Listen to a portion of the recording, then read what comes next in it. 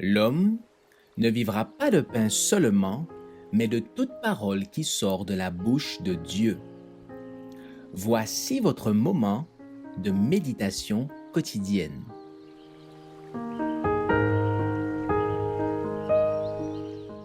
Vous recevrez une puissance.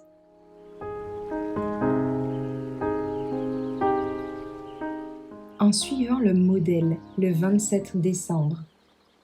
C'est à cela en effet que vous avez été appelés, parce que le Christ, lui aussi, a souffert pour vous et vous a laissé un exemple, afin que vous suiviez cette trace.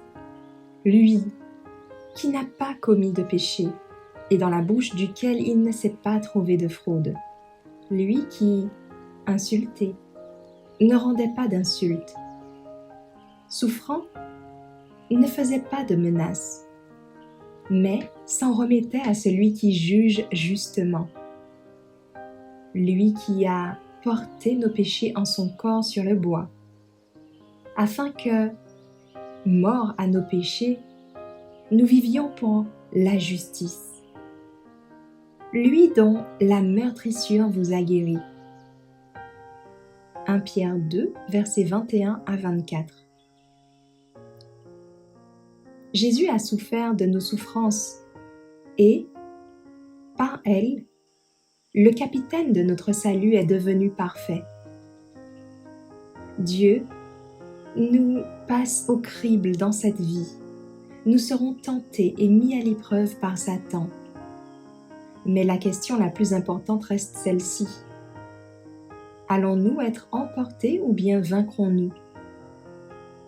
Comme notre grand exemple, rencontrons Satan avec la parole de Dieu comme épée, en lui disant, tandis qu'il nous pousse à agir mal, il est écrit. Matthieu 4, verset 4. Satan connaît les Écritures mieux que beaucoup de croyants eux-mêmes, car il étudie la Bible avec zèle, cherchant à pervertir la vérité et à conduire les hommes sur des chemins de désobéissance. Il les amène à négliger l'étude de la parole de Dieu, car il sait qu'elle témoigne contre lui et ses œuvres mauvaises. Elle le décrit comme un ange apostat qui fut chassé du ciel et entraîna avec lui un grand nombre d'anges dans la révolte contre le Créateur. Satan cherche sans cesse à éloigner les hommes de Dieu et de sa parole. Il sait que s'il parvient à les inciter à négliger les Écritures, ceux-ci s'écarteront assez vite des principes divins et finiront par oublier leur Créateur. Ils écouteront alors les suggestions et les instructions de l'adversaire de Dieu et des hommes, et, ensemble, hommes et anges mauvais, formeront une confédération contre Dieu, contre le Dieu des cieux. Ceux qui voudront rester loyaux envers Dieu traverseront des épreuves et des tentations.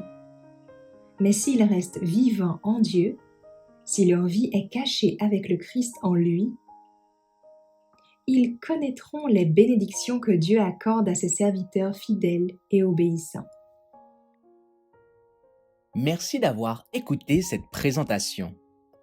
Assurez-vous de nous rejoindre demain pour votre moment de méditation quotidienne avec lereste.org.